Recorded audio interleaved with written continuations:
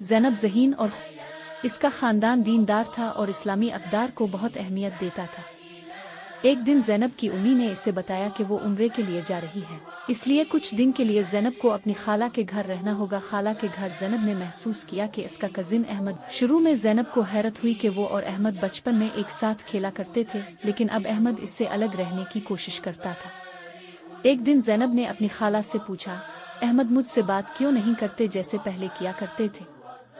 خالہ نے نرمی سے مسکرا کر کہا، بیٹا اب تم دونوں بڑے ہو گئے ہو۔ اسلام ہمیں سکھاتا ہے کہ کچھ رشتے ہمارے لیے محرم ہوتے ہیں، یعنی ہم ان کے ساتھ آزادانہ گھل مل سکتے ہیں، جیسے دادا، نانا، ماموں، چچا، والد، بھائی، بھانجا، بھتیجا، اور کچھ رشتے غیر محرم ہوتے ہیں جیسے خالو، پھوپھا۔ کیونکہ احمد تمہارا خالہ زاد کزن غیر محرم ہے، اس لیے اسلام کہتا ہے کہ ہم غیر محرم مرد سے پردہ کریں اور فاصلہ رکھیں۔ زینب نے پوچھا، کون کون سے کزن غیر محرم ہوتے ہیں؟ زاد، ماموں زاد، چچا زاد،